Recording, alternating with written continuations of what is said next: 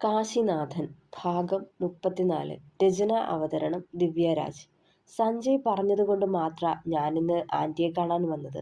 ഇപ്പോൾ ഡീലിങ്സൊക്കെ ഞങ്ങൾ പുറത്താരുമായി ചെയ്യാറില്ല, അത്രയ്ക്ക് രഹസ്യമാക്കി വച്ചിരിക്കുകയാണ്. പക്ഷേ ഇതിപ്പോൾ സഞ്ജയ് പറഞ്ഞു ആൻറ്റിയെ ഒന്ന് സഹായിക്കാൻ. കാശിനാഥൻ, അവനെ ഞങ്ങൾക്ക് മറക്കാൻ കഴിയില്ല. പേഴ്സണലി അവനുമായി ഞങ്ങൾക്ക് ശത്രുതയൊന്നുമില്ല. പക്ഷേ ഞാൻ പറഞ്ഞില്ലേ സഞ്ജയ് അവന് വേണ്ടി. അതിന് മനോഹരമായെന്ന് പുഞ്ചിരിച്ചു സാവിത്രി. ആൻറ്റി, ഇത് വലിയ അപകടകാരിയായ ഡ്രഗാണ്. അമിത അളവിൽ ബോഡിയിൽ ചെന്ന് കഴിഞ്ഞാൽ ഭ്രാന്ത് പിടിക്കുന്ന പോലെ പ്രവർത്തിച്ചു പോകും. പിന്നെ ഈ സ്റ്റഫ് ആൻറ്റിയുടെ കയ്യിലുണ്ടെന്ന് ആരും അറിയരുത്. ഏതെങ്കിലും വിധേനെ പോലീസിന് ഇതേപ്പറ്റി അറിവ് കിട്ടിയാൽ അവർ ഓടിയെത്തും. ഇത് കൈവശം സൂക്ഷിച്ചാൽ പോലും 6 മാസം തടവാണ്. So be careful. ആരും അറിയരുത്. ആ ബോക്സ് അവർക്ക് നേരെ നീട്ടുമ്പോൾ ഇരു കൈയും നീട്ടി അവരത് സ്വീകരിച്ചു. ഇതിന് എത്ര കാശാ ഞാൻ തരേണ്ടത് നരേഷ്? വലിയ നിധി കയ്യിൽ തടഞ്ഞ സന്തോഷത്തോടെ ചോദിച്ചവർ. നോ, എനിക്ക് വേണ്ടത് സഞ്ജയ് തരും. അവനറിയാം എൻ്റെ ആവശ്യം എന്താന്ന്, വശ്യമായൊരു ചിരിയോടെ പറഞ്ഞയാൾ. ആൻറ്റി, വീണ്ടും പറയാം, സൂക്ഷിക്കുക. അഥവാ പിടിക്കപ്പെട്ടാൽ പോലും എൻ്റെ പേര് പറയരുത്. അറിയാലോ, ഞാനിന്ന് കേരളത്തിൽ അറിയപ്പെടുന്നൊരു ഹോസ്പിറ്റൽ നടത്തി പോകുന്നുണ്ട്. അതിൻ്റെ വളർച്ചയ്ക്ക് പിന്നിൽ ഇങ്ങനൊരു ബിസിനസ്സും ചെറിയ തോതിലുണ്ട്. പക്ഷേ അതാർക്കും അറിയില്ല. ഒരു പക്ഷേ ആൻറ്റിയിലൂടെ ഒരു അന്വേഷണം വന്നാൽ ഞാൻ ഉയർത്തിക്കൊണ്ടുവന്ന് സകല പേരും പ്രശസ്തിയും നഷ്ടപ്പെടും. അതുമല്ല, അഴിയെണ്ണേണ്ടി വരും. അവരെ കാര്യത്തിൻ്റെ ഗൗരവം ബോധ്യപ്പെടുത്തുകയായിരുന്നവൻ. ഓക്കെ നരേഷ്, ഇതെൻ്റെ കയ്യിൽ ഭദ്രമായിരിക്കും. ഇത് വച്ച് എനിക്ക് ചിലത് ചെയ്യാനുണ്ട്. ക്രൂരമായൊരു ചിരി അവരുടെ ചുണ്ടുകളിൽ തെളിഞ്ഞു. അവിടെ നിൽക്കടി, നിന്നോട് ഞാൻ പറഞ്ഞതാ വേണ്ട, എൻ്റെ കണ്ണ് നീറുന്നു, കേട്ടില്ല? ഒരു ഓറഞ്ചിൻ്റെ തോടുമായി വൈശുവിന് പിന്നാലെ ഓടുന്നവനെ ചിരിയോടെ നോക്കി നിന്നു ശാരദാമ്മ. കണ്ണൻ്റെ സന്തോഷവും കളിയും ചിരിയും ഇന്ന് മനസ്സ് നിറയ്ക്കുകയാണ്. അവൻ്റെ ജീവിതത്തിൽ എന്താ ഉണ്ടായതെന്നറിയില്ല. ചോദിച്ചിട്ട് ആരും പറഞ്ഞുമില്ല. പക്ഷേ ഒന്നുണ്ട്, അവൻ്റെ നോവിനുള്ള മരുന്ന എൻ്റെ വൈശു. ഓർത്തതേ. അയ്യോ ടീച്ചറമ്മേ, കണ്ണേട്ടനോട് വേണ്ടാന്ന് പറയൂ. നിലവിളിച്ചുകൊണ്ട് അവരെ വന്ന് മുറുകെ പിടിച്ചവൾ. എൻ്റെ കണ്ണാ, മതിയാക്കടാ, കുഞ്ഞി കുട്ടികൾ കഷ്ട രണ്ടുപേരുടെയും കാര്യം, ചിരിയോടെ പറഞ്ഞവർ. അതെ, അച്ചമ്മയുടെ വൈശുമോൾക്കാ ബുദ്ധി തീരെ ഇല്ലാത്തത്. കുഞ്ഞു വാവയാന്ന വിചാരം. അവളാ തുടങ്ങി വെച്ചത്. അവളുടെ കയ്യിൽ പിടിച്ചു വലിച്ച് കണ്ണിലേക്ക് ഓറഞ്ചിൻ്റെ തോട് ഞെക്കി നീരുതിർപ്പിച്ചവൻ. ഹാവൂ കണ്ണേട്ടോ, കഷ്ടാട്ടോ, കണ്ണ് മുറുക്കി അടച്ചു പിടിച്ചുകൊണ്ട് പറഞ്ഞവൾ. ഒരു കുഞ്ഞു വരട്ടെ, അന്നേരം രണ്ടിൻ്റെ കുട്ടിക്കളി മാറിക്കോളും. അതിൻ്റെ പിന്നാലെയുള്ള നടത്താവും പിന്നെയുള്ള പണി. ചിരിയോടവർ പറഞ്ഞതും, ആദ്യം എൻ്റെ കണ്ണേട്ടൻ ഒരു ഡോക്ടറാവട്ടെ ടീച്ചറമ്മേ. കുട്ടിയൊക്കെ അത് കഴിഞ്ഞ്. കണ്ണ് വല്ല വിധേനയും വലിച്ചു തുറന്നവൾ. ഇവന് ഒരു അച്ഛനാവാനോ കുടുംബം നടത്താനോ കഴിയില്ലെന്ന് നിനക്കിതുവരെ മനസ്സിലായില്ലേ വൈഷ്ണവി? ഇടുത്തി പോലുള്ള ആ വാക്കുകൾ കേട്ട് തിരിഞ്ഞു നോക്കുമ്പോൾ കയ്യിൽ ഒരു ബാഗും തൂക്കി വരുന്നുണ്ടായിരുന്നു സാവിത്രി. പെട്ടെന്നുള്ള അവരുടെ സംസാരം കേട്ട് കാശിയെ പകപ്പോടെ നോക്കി വൈശു. ദേഷ്യം കൊണ്ട് കാശിനാഥൻ്റെ മുഖം വലിഞ്ഞു മുറുകി രക്തമയമായിരുന്നു. കൈയരികിലിരുന്നൊരു ഫ്ലവർ വേസ് എടുത്ത് അവരുടെ മുന്നിലേക്ക് ആഞ്ഞടിച്ചവൻ.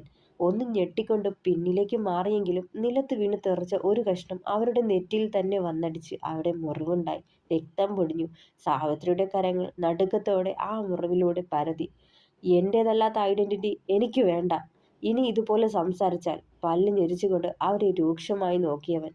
വൈഷ്ണവി അമ്പരന്ന് അവനെ തന്നെ നോക്കി നിൽപ്പുണ്ടായിരുന്നു.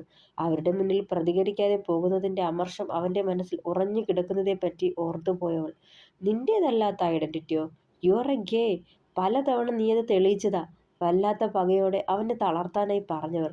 ദേഷ്യമടക്കാനാവാതെ കൈമുഷ്ടി ചുരുട്ടി ചുമരിൽ ആഞ്ഞടിച്ചവൻ. അവരുടെ വാക്കുകൾ വീണ്ടും കാതുകളിൽ പ്രതിധ്വനിച്ചു കൊണ്ടിരുന്നു. ഭ്രാന്ത് പിടിച്ച പോലെ തോന്നി കാശിനാഥന്. വൈശുവും ശാരദാമ്മയും അവനിലെ മാറ്റങ്ങൾ കണ്ട് പ്രതികരിക്കാൻ പോലും പറ്റാത്ത രീതിയിൽ സ്തംഭിച്ചു നിൽപ്പുണ്ടായിരുന്നു. ഒരു നിമിഷത്തേക്കെങ്കിലും അവനെ വേദനിപ്പിച്ചെന്നുള്ള സന്തോഷം സാവിത്രിയുടെ കണ്ണുകളിൽ തെളിഞ്ഞു. പെട്ടെന്നൊന്ന് തിരിഞ്ഞു നോക്കി കാശിനാഥൻ അവരെ ദഹിപ്പിക്കാൻ പോരുന്നൊരു തീക്ഷ്ണതയോടെ.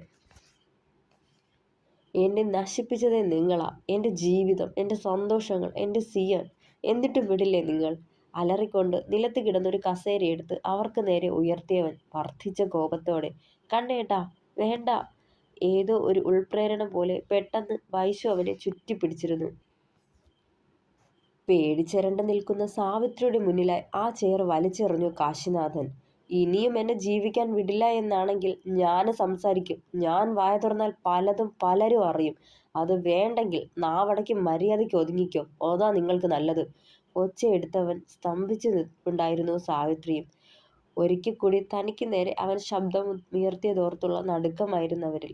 ഇത്രയും കാലം എന്തു പറഞ്ഞാലും പ്രതികരിക്കാതെ തലകുമ്പിട്ട് നിന്നിരുന്നവന് ആരുടെയും മുഖത്തുപോലും നോക്കാതെ ഇന്ന് ഇത്രയും തന്നോട് സംസാരിച്ചെങ്കിൽ അത് അവൾ കൂടെയുള്ള ബലത്തിലാ. അറിയാം നിന്റെ ബലം ഇന്ന് അവളാന്ന്. ആ ബലം ഞാൻ ഇല്ലാതാക്കും. അവളെ നിന്നിൽ നിന്ന് അകറ്റും. പഴയതുപോലെ നീ ഭ്രാന്തെടുത്ത് അലയും. മനസ്സിൽ പല കൂട്ടലുകളും നടത്തിയവർ ബാൽക്കണിയിലെ റെയിലിങ്ങിൽ പിടിമുറുക്കി നിൽക്കുമ്പോഴും ഉള്ളിലെ കോപം കെട്ടടങ്ങിയില്ല കാശിനാഥന്റെ. മുഖത്തെ അമർഷം തെളിഞ്ഞു കാണാമായിരുന്നു. കണ്ണേട്ടാ. പിന്നിലൂടെ ചെന്നവനെ പുണർന്ന് അവന്റെ തോളിലായി ചുണ്ടമർത്തിയവൾ. ആകെ ഭ്രാന്ത് പിടിക്കാ വൈശു. ആ സ്ത്രീ പറഞ്ഞത് കേട്ടില്ലേ? എനിക്ക് കുടുംബം നടത്താൻ പറ്റില്ലാന്ന്. നാവില് പലതും കയറി വന്നതാ. പിന്നെ മുത്തശ്ശി നിന്നോണ്ടാ. കൈമുഷ്ടി ചുരുട്ടി പിടിച്ചവൻ. കണ്ണേട്ടാ. അവരുടെ വായടുപ്പിക്കുന്ന രീതിയിൽ തന്നെ കൊടുത്തല്ലോ ഇന്ന്. ഇനി അധികം നാവിളക്കാൻ മുതിരില്ല അവര്. എന്നാലും ഇത്രയും കൽപ്പൊക്കെ എവിടെ കൊണ്ട് ഒളിപ്പിച്ചു വെച്ചിരിക്കുകയായിരുന്നു നിങ്ങൾ? കുസൃതിയോടെ തിരക്കിയതും അവളെ ഒന്ന് കൂർപ്പിച്ചു നോക്കിയവൻ. നോക്കി ദഹിപ്പിക്കോ കാശിനാഥ. മൂന്നാം കണ്ണു തുറന്ന് സർവ്വതും ഭസ്മമാക്കോ? കുറുമ്പോടെ അവന്റെ കഴുത്തിൽ ചുറ്റി പിടിച്ചു തൂങ്ങിയവൾ. മെല്ലെയൊന്ന് പുഞ്ചിരിച്ചവൻ അവളുടെ മുഖം ആ കൈക്കുമ്പിളിലെടുത്തു. അവരോട് എന്തൊക്കെയോ വിളിച്ചു പറയണം എന്ന് തോന്നി. പക്ഷെ കഴിഞ്ഞില്ല. ആ ദേഷ്യമൊക്കെയാ കസേരയെടുത്ത് നിലത്തടിച്ചു തീർത്തത്. ചെറിയ ജാള്യതയോടെ പറഞ്ഞു. അത് നന്നായി പോയേയുള്ളൂ. അവർക്ക് അതിന്റെ ആവശ്യമുണ്ടായിരുന്നു കേട്ടോ. അങ്ങനെ എന്റെ കണ്ണേട്ടന് സിംഹം സടകുടഞ്ഞെണീറ്റു ല്ലേ? ചെറുചിരിയോടെ പറഞ്ഞതും അരയിലൂടെ ഇരു കൈയും ചുറ്റിപ്പിടിച്ച് അവളെ നെഞ്ചിലേക്ക് ചേർത്തവൻ. അവരോട് അത്രയും പ്രതികരിച്ചപ്പോൾ തന്നെ മനസ്സിന് ആശ്വാസം തോന്നാടോ. ഒരുപക്ഷെ ഒന്നും മിണ്ടാനാവാതെ അവർ പറയുന്നതൊക്കെ കേട്ടു നിന്നിരുന്നെങ്കിൽ വട്ടുപിടിച്ചേനെ. എന്നോട് പോലും വെറുപ്പായനെ. ജീവിതത്തോട് പോലും മടുപ്പ് തോന്നിയനെ. മെല്ലെ പറഞ്ഞതും വൈഷ്ണവി അവന് മുഖമുയർത്തി നോക്കി. അങ്ങനെ ജീവിതം മടുക്കാൻ ഞാൻ വിട്ടിട്ട് വേണ്ടേ? ഇത്രയും നാൾ ഒത്തിരി വേദനിച്ചതല്ലേ? അതിന് പകരം ഇനി ഒത്തിരി സന്തോഷിക്കണം. ചെറുചിരിയോടെ പറയുമ്പോൾ അവളെ ചേർത്ത് പിടിച്ച് നെറുകിൽ ചുംബിച്ചവൻ. റൂമിലേക്ക് ചെന്നിട്ടും സമനില വീണ്ടെടുക്കാനായില്ല സാവിത്രിക്ക്. കയ്യിൽ കിട്ടിയ പലതും നിലത്തേക്ക് വലിച്ചെറിഞ്ഞു. എത്ര ധൈര്യം ഇരുന്നിട്ടാ എനിക്ക് നേരെ കൈ ഉയർത്തിയതവൻ. വിടില്ല ഞാൻ. നിന്റെ തള്ള എന്റെ ജീവിതം തകർത്തതിനു പകരം നിന്റെ ജീവിതം ഞാൻ എന്റെ കൈക്കുമ്പിളിലിട്ട് അമ്മാനമാടി രസിക്കും. വിടില്ല ഞാൻ. വിടില്ല. വിഭ്രാന്തിയോടെ പലതും പുലമ്പിയവർ. ടേബിളിന് മുകളിൽ ഇരുന്ന ആ ബോക്സ് കയ്യിലേക്ക് എടുത്തവർ. മെല്ലെ അത് തുറന്നു. ഒരു ചെറിയ പാക്കറ്റിൽ വെള്ള നിറത്തിലെ പൗഡർ കണ്ടതേ കണ്ണുകൾ തെളിഞ്ഞവരുടെ. കാശിനാഥനും വൈഷ്ണവി പുച്ഛത്തോടെ ചിരിച്ചുകൊണ്ട് പറഞ്ഞവർ. നിന്റെ നിഴലായി അവൾ കൂടെയുള്ളപ്പോൾ എനിക്ക് നിന്റെ രോമത്തിൽ പോലും സ്പർശിക്കാനാവില്ല കാശിനാഥ. ആദ്യം അവളെ ഞാൻ നിന്നിൽ നിന്ന് അകറ്റും. അത് കഴിഞ്ഞ് തകർന്നു നിൽക്കുന്ന നിന്നരികിലേക്ക് ഞാൻ വരും. നിന്റെ ജീവിതം അന്നത്തേതിലും ഹീനമാകും. ആക്കിയെടുക്കും ഞാൻ. വല്ലാത്ത പകയോടെ അവർ ആ പാക്കറ്റ് ഞെരിച്ചു പിടിച്ചു. വൈകുന്നേരം കാശി ഹോസ്പിറ്റലിൽ നിന്ന് വന്ന് കയറുമ്പോൾ വൈശു ചെടികൾക്ക് വെള്ളമൊഴിച്ചുകൊണ്ട് പുറത്ത് നിൽപ്പുണ്ടായിരുന്നു. വന്നപാടെ ചുറ്റുപാട് നോക്കി. ആരുമില്ലാന്ന് ഉറപ്പുവരുത്തി പിന്നിലൂടെ ചെന്നവളെ ചുറ്റിപ്പിടിച്ച് നെഞ്ചോടടക്കി. പെട്ടെന്നൊന്ന് ഞെട്ടിപ്പോയി. കാശിയാണെന്നറിഞ്ഞുമ്പോൾ ചെറുചിരി ചുണ്ടുകളിൽ തങ്ങി. കണ്ണേട്ടാ. കുറുമ്പൊന്നും വേണ്ടാട്ടോ. ആരേലും കാണും. ജാള്യതയോടെ പറഞ്ഞതും. ആരേലും കണ്ടാലിപ്പോ എന്താ? എന്റെ ഭാര്യയല്ലേ? എന്തുമാവാം. കുസൃതി ചിരിയോടെ അവളുടെ കഴുത്തിടുക്കിൽ അമർത്തി ചുംബിച്ചവൻ. ശോ. ഇന്ന് വലിയ സന്തോഷത്തിലാണല്ലോ എന്താ കാര്യം? തിരിഞ്ഞു നിന്ന് അവന്റെ മീശയൊന്ന് മുറുക്കിക്കൊണ്ട് ചോദിച്ചവൾ. അതോ, എന്റെ 4 വീലറിന്റെ ലൈസൻസ് കിട്ടി. പറഞ്ഞുകൊണ്ട് ബാഗ് തുറന്ന് ലൈസൻസ് എടുത്തു കാട്ടി.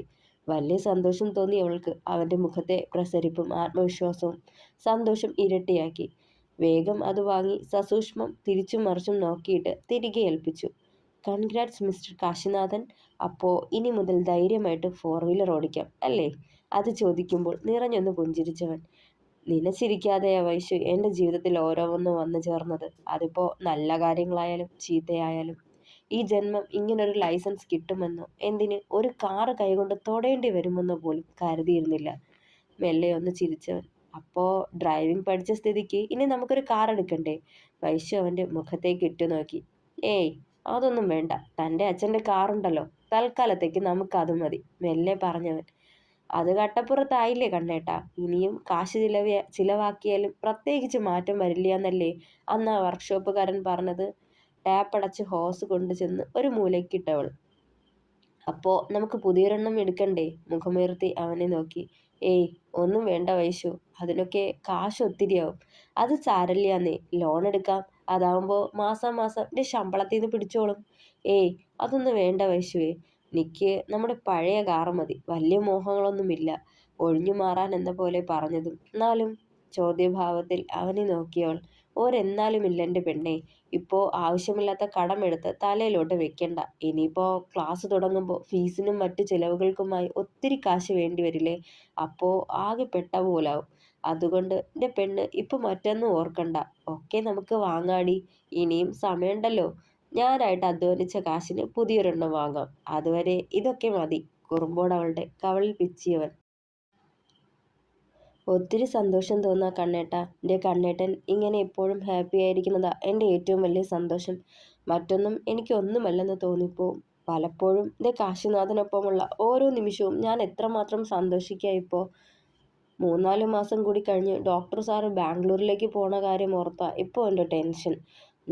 ഞാനിവിടെ ഒറ്റയ്ക്കാവില്ലേ? എന്നാ പിന്നെ എൻ്റെ പെണ്ണും കൂടി പോന്നേക്ക്. കുറേ കാലത്തേക്ക് ഒരു ലോങ് ലീവ് എടുക്ക്. നമുക്ക് അവിടങ്ങ് കൂടാടി. കുറുമ്പോടെ അവളുടെ നെറ്റിയിൽ നെറ്റിമുട്ടിച്ച്. അത് ശരി, ഞാൻ ജോലിക്ക് പോവാണ്ടിരുന്നാൽ പഠിക്കാനുള്ള ഫീസ് ആര് കിട്ടും? അവൻ്റെ കവളിൽ മെല്ലെ പിച്ചിക്കൊണ്ട് ചോദിച്ചു. ഞാൻ പാർട്ട് ടൈം ജോലിക്ക് പോവാം, അതുപോരെ? അവളെ തിരിച്ചു നിർത്തി തോളിൽ താടിയൂന്നി. നല്ല കഥയായി. കണ്ണേട്ടൻ ജോലിക്ക് പോയാൽ പിന്നെ പഠിത്തത്തിൽ ശ്രദ്ധിക്കാൻ പറ്റുമോ ചെക്ക? ഏ? ഊർപ്പിച്ചൊന്ന് നോക്കിയവൾ. അതൊന്നും എനിക്കൊരു വിഷയമേ അല്ലെൻ്റെ വൈശു. നീ കൂടെയുണ്ടെങ്കിൽ അത് മതി എനിക്ക്. തന്നിലേക്ക് അവളെ അമർത്തി പിടിച്ചു. അയ്യോടാ, ഞാനുള്ളപ്പോൾ എൻ്റെ കാശിനാഥൻ കഷ്ടപ്പെട്ട് ജോലിയെടുത്ത് പഠിക്കണ്ട. കാശിൻ്റെ കാര്യം ഓർത്ത് ടെൻഷൻ ആവുകയും വേണ്ട. ഒക്കെ ഞാൻ നോക്കിക്കോളാട്ടോ. മെല്ലെ അവൻ്റെ കവളിൽ കൈചേർത്ത് വെച്ചവൾ. കണ്ണേട്ടൻ പഠിച്ച് മിടുക്കനാവും. അന്ന് നേടാനാവാതെ പോയത് അതിനു മുകളിൽ നേടിയെടുക്കണം. തകർക്കാൻ നോക്കിയവരുടെ മുന്നിൽ, തളർത്തി കളഞ്ഞവരുടെ മുന്നിലും തലയുയർത്തി പിടിച്ചു നിൽക്കണം. മെല്ലെ ചെരിഞ്ഞ് അവൻ്റെ നെഞ്ചിലായി മുഖം ചേർത്ത് വെച്ചവൾ. ചുണ്ടിലെ പുഞ്ചിരി മായാതെ അവൾ ഇരു കൈയാലെയും പൊതിഞ്ഞു പിടിച്ചു നിന്നവൻ. മുകളിലത്തെ റൂമിലെ ജനാലയ്ക്കരികിൽ നിന്ന് ഈ കാഴ്ച കണ്ടു നിന്ന സാവിത്രി ചുണ്ടു കൊടിച്ചുകൊണ്ട് രണ്ടുപേരെയും പുച്ഛത്തോടെ നോക്കി. സന്തോഷിക്ക്, ഒരുപാട് സന്തോഷിക്ക്. ഈ സന്തോഷത്തിന് അധികമായുസുണ്ടാവില്ല. അണയുന്നതിന് മുന്നേയുള്ള ആളിക്കത്തല നിന്റെയൊക്കെ ഈ പ്രഹസനം. ആനന്ദം പ്രിയയും കൂടി നാട്ടിലേക്ക് വന്നോട്ടെ, അതുവരെയേ ഉള്ളൂ നിന്റെയൊക്കെ സന്തോഷം. എല്ലാവരും എത്തിക്കഴിഞ്ഞു വേണം എനിക്കെൻ്റെ ബ്രഹ്മാസ്ത്രം പ്രയോഗിക്കാൻ. കാശിനാഥൻ്റെ ഭാവി ചുട്ട് ചോമ്പലാക്കാൻ ശേഷിയുള്ള ബ്രഹ്മാസ്ത്രം. എല്ലാവരുടെ മുന്നിലും വീണ്ടും നീ തല കുനിച്ച് നിൽക്കുന്ന കാഴ്ച കണ്ടാസ്വദിക്കണം എനിക്ക്, പകയോടെ ഓർത്തവർ. പതിവ് പോലെ അന്നും കാശിനാഥൻ തന്നെ വൈശുവിനെ സ്കൂളിൽ കൊണ്ടുചെന്നാക്കി. സ്റ്റാഫ് റൂമിലേക്ക് കയറാൻ നേരം അവളെ കാത്തുന്ന പോലെ 10 ബിയിലെ അലൻ്റെ അമ്മ പുറത്തു നിൽപ്പുണ്ടായിരുന്നു. അവരെ കണ്ടതും ചെറുചിരിയോടെ അവർക്കരികിലേക്ക് ചെന്നവൾ. ഇടയ്ക്കിടെ മകൻ്റെ വിശേഷങ്ങൾ തിരക്കി ആ സ്ത്രീ വരുന്നത് പതിവാണ്. ഇന്നിപ്പോ താനായിട്ട് വിളിപ്പിച്ചതാണ് അവരെ. അതിനും കാരണം അലൻ തന്നെയാണ്. ക്ലാസ്സിൽ നല്ല പോലെ പഠിച്ചുകൊണ്ടിരുന്ന കുട്ടിയാണവൻ. പഠനത്തിലും മാത്രമല്ല മറ്റ് ആക്ടിവിറ്റീസിലും മിടുക്കനായിരുന്നവൻ. പക്ഷെ കുറച്ചു നാളായി അവനാകെ ഒരു മാറ്റം. ക്ലാസ്സിലിരിക്കുമ്പോഴും മനസ്സ് മറ്റെവിടെയോ ആണ്. ഒന്നിനും ഒരു ശ്രദ്ധയില്ലാതെ ആകെ ഡിസ്റ്റർബ്ഡ് ആണവൻ. 1-2 തവണ വിളിച്ചു ചോദിച്ചു. ഒന്നും തുറന്നു പറയാൻ കൂട്ടാക്കിയില്ലവൻ. വീട്ടിലെന്തെങ്കിലും പ്രശ്നങ്ങളുണ്ടെങ്കിലും ചില കുട്ടികൾ ഗ്ലൂമിയായി കാണാറുണ്ട്. അതുപോലെ വല്ലതുമാണോന്നറിയാനാണ് അവരെ വിളിപ്പിച്ചത്. അവൾ ഓർത്തു. ചേച്ചി വരൂ ട്ടോ, നമുക്ക് കുറച്ച് മാറി നിന്ന് സംസാരിക്കാം. ബാഗും കുടയും കൊണ്ടുചെന്ന് അകത്ത് വെച്ച ശേഷം അവരെയും വിളിച്ച് വരാന്തയിലേക്ക് നടന്നവൾ. ടീച്ചറെന്താ കാണണമെന്ന് പറഞ്ഞത്? അവരുടെ മുഖത്ത് തെല്ലാതി വന്നു നിറഞ്ഞു. ചേച്ചി, അലൻ്റെ കാര്യം പറയാനാ ഞാൻ വിളിപ്പിച്ചത്. മുഖവരിയില്ലാതെ സംസാരിച്ചു തുടങ്ങുമ്പോൾ അവളുടെ മുഖത്തേക്ക് ഉറ്റുനോക്കിയവർ. ക്ലാസ്സിലെ മിടുക്കരായ കുട്ടികളിൽ ഒരുവനായിരുന്നു അലൻ. അത് ഞാൻ പ്രത്യേകം എടുത്തു പറയണ്ടല്ലോ. അവരെ നോക്കുമ്പോൾ അതേ എന്ന് തലയാട്ടി. പക്ഷേ ഈ ഇടെയായിട്ട് അവനിൽ എന്തൊക്കെയോ മാറ്റങ്ങൾ പോലെ. ക്ലാസ്സിൽ ശ്രദ്ധിക്കുന്നില്ല. എപ്പോഴും അലസമായി, വലിയ പ്രസരിപ്പൊന്നുമില്ലാതെ വിഷാദഭാവത്തിലായി ഇരിപ്പ്. ആള് നല്ലോണം ക്ഷീണിച്ചിട്ടുമുണ്ട്. അത് അവൻ്റെ ആക്ടിവിറ്റീസിലും കാണാൻ കഴിയുന്നു. മുൻപൊക്കെ സ്കൂളിൽ എന്ത് പ്രോഗ്രാം വന്നാലും മുൻപന്തിയിൽ നിൽക്കുന്നവനാ. ഇന്ന് എല്ലാത്തിൽ നിന്നും ഉൾവലിഞ്ഞ് ഗ്ലൂമിയായി ഒരു മൂലയ്ക്ക് ചുരുണ്ടുകൂടുന്നത്. അവൻ എന്തോ കാര്യമായി സംഭവിച്ചിട്ടുണ്ട്. ചോദിച്ചിട്ടാണെങ്കിൽ ഒന്നും പറയുന്നില്ല. ഇനി ചേച്ചിക്ക് ഇതേപ്പറ്റി വല്ലതും അറിയോ? അല്ലെങ്കിൽ വീട്ടിലെന്തെങ്കിലും പ്രശ്നമാണോ എന്നൊന്ന് അറിയാനാ ഞാൻ വിളിപ്പിച്ചത്. മടി കൂടാതെ വൈശു അത് ചോദിക്കുമ്പോൾ പൊട്ടിക്കരയുകയായിരുന്നവർ. പെട്ടെന്നൊന്ന് പതറിപ്പോയി വൈശു. അയ്യോ ചേച്ചി കരയില്ലേ? ഞാൻ മോൻ്റെ പ്രശ്നത്തെപ്പറ്റി ചേച്ചിക്ക് എന്തെങ്കിലും പറയാൻ പറ്റുമോയെന്നറിയാനാ വിളിപ്പിച്ചത്. അല്ലാതെ. പറഞ്ഞു നിർത്തുമ്പോൾ കർച്ചീഫ് എടുത്ത് കണ്ണ് തുടച്ചുകൊണ്ട് കരച്ചിലമർത്താൻ നോക്കിയവർ. എനിക്കും അറിയില്ല ടീച്ചറെ. കുറച്ചു നാളായിട്ട് മോൻ ഇങ്ങനെ തന്നെ. ആരോടും കൂടാതെ കളിയും ചിരിയും ഇല്ലാതെ എപ്പോഴും മുറിക്കുള്ളിൽ ഒറ്റയ്ക്കിരിക്കും. ചോദിക്കുമ്പോൾ ഒന്നുമില്ലെന്ന് തലയാട്ടും. പള്ളിയിലച്ഛനെ കൊണ്ടൊക്കെ സംസാരിപ്പിച്ചു. ഒരു ഫലവുമില്ല. ഇളയ കുട്ടിയോട് പോലും അധികം മിണ്ടാറില്ലവൻ. അവന് 8 വയസ്സുള്ളപ്പോഴാ ടീച്ചറെ അവൻ്റെ അപ്പൻ അടുത്ത വീട്ടിലെ 18 കഴിഞ്ഞൊരു പെൺകുട്ടിയെയും വിളിച്ചുകൊണ്ട് നാട് വിട്ടത്. അന്ന് ഇളയ മോൾക്ക് 2 വയസ്സ്. അയാൾ പോയത് എൻ്റെ കഴിവുകേട് കൊണ്ടാന്ന് പലരും പറഞ്ഞു. 2 ചെറിയ കുട്ടികളല്ലേ, പ്രായവും അധികം ഇല്ലല്ലോ. വേറൊരു വിവാഹം കഴിപ്പിക്കാൻ വീട്ടുകാർ നിർബന്ധിച്ചു. അന്നെല്ലാം എൻ്റെ മക്കൾക്ക് വേണ്ടിയാ ഞാൻ വിതുമ്പലടക്കി പിടിച്ച് പറഞ്ഞവർ. എനിക്ക് ആരുമില്ല ടീച്ചറെ, എൻ്റെ കുട്ടികൾ മാത്രമേ ഉള്ളൂ. ഒരു ടെക്സ്റ്റൈൽ ഷോപ്പിൽ രാവിലെ മുതൽ വൈകുവോളം ഒന്ന് ഇരിക്കാൻ പോലും ആകാതെ ജോലിയെടുത്താണ് ഞാൻ എൻ്റെ വീട് കഴിക്കുന്നത്. എന്നാലും എൻ്റെ മക്കളുടെ ഒരു കാര്യത്തിനും കുറവ് വരുത്തിയിട്ടില്ല ഇന്നേ വരെ. എന്നിട്ടും എൻ്റെ മോനിങ്ങനെ പെരുമാറുമ്പോൾ വേദനയോടെ പറഞ്ഞവർ. സാരമില്ല ചേച്ചി, ഞാൻ മോനോട് ചോദിക്കാം. അവനെക്കൊണ്ട് പറയിപ്പിക്കാം അവൻ്റെ പ്രശ്നങ്ങൾ എന്താണെന്ന്. ചേച്ചി വിഷമിക്കണ്ട. എന്തായാലും ഞാൻ അവനോടൊന്ന് സംസാരിക്കട്ടെ. ചേച്ചി പൊയ്ക്കോളൂ. എന്തെങ്കിലും ഉണ്ടെങ്കിൽ വിളിപ്പിക്കാം. അന്നേരം വന്നാൽ മതി. അവരുടെ കൈപിടിച്ചെടുത്ത് ആശ്വസിപ്പിക്കാൻ ശ്രമിച്ചവൾ വിളറിയ ഒരു ചിരിയോടെ തലയാട്ടിക്കൊണ്ട് മുന്നോട്ട് നടന്നു പോയവർ. അരയിൽ കാശിയുടെ വിരലുകൾ അമർന്നതും അതുവരെ ചിന്തയിലാണ്ട് കിടന്നവൾ ഒന്ന് ഞെട്ടി. അതറിഞ്ഞ പോലെ അവളിലേക്ക് ഒന്നുകൂടി ചേർന്ന് കിടന്നുകൊണ്ട് കവളിൽ കവിൾ ചേർത്ത് വെച്ചു കാശിനാഥൻ. എന്താണ് ടീച്ചറെ വലിയ ആലോചന? കഴുത്തിടുക്കിൽ മെല്ലെ ചുണ്ടുകൾ ചേർത്തവൻ ഒന്ന് കുറുകിക്കൊണ്ട് അവൻ്റെ കൈയുടെ മുകളിൽ കൈ ചേർത്ത് വെച്ചു. ഏയ് ഒന്നുമില്ല കണ്ണേട്ടാ, ഞാൻ സ്കൂളിലെ ചില കാര്യങ്ങൾ ഓർത്ത് കിടന്നതാ. അലസമായി പറഞ്ഞുകൊണ്ട് അവന് നേരെ തിരിഞ്ഞു കിടന്നവൾ. എന്ത് കാര്യാ പെണ്ണേ? വന്നത് മുതൽ നീ അവിടെ അവിടെ ചെന്ന് നിന്ന് ആലോചിച്ചു നിൽക്കുമായിരുന്നല്ലോ. കവളിലൂടെ അവൻ്റെ പെരുവിരൽ ഒഴുകി നടന്ന് കുസൃതി കാട്ടി തുടങ്ങി. നനുത്ത അധരങ്ങളിലൂടെ അവൻ്റെ വിരലുകൾ പതിയവേ അവയെ മെല്ലെ പിടിച്ചു വെച്ച ശേഷം ചെറുചിരിയോടെ അവൻ്റെ മാറിലായി ചുണ്ടുകൾ ചേർത്തു. കണ്ണേട്ടാ, ഞാനൊരു കാര്യം പറയാം. കണ്ണേട്ടൻ അത് കേൾക്കുമ്പോൾ എന്താ തോന്നുന്നതെന്ന് പറയണേ. മെല്ലെ മുഖമുയർത്തി അവനെ നോക്കി അവൾ അത് പറയുമ്പോൾ കാര്യം എന്താണെന്ന് ചികഞ്ഞ് നെറ്റി ചുളിച്ചവൻ തുടരും. കഥ ഇഷ്ടമാകുന്നുണ്ടെങ്കിൽ അഭിപ്രായങ്ങൾ പറയണേ. സപ്പോർട്ട് ചെയ്യണേ. Thank you.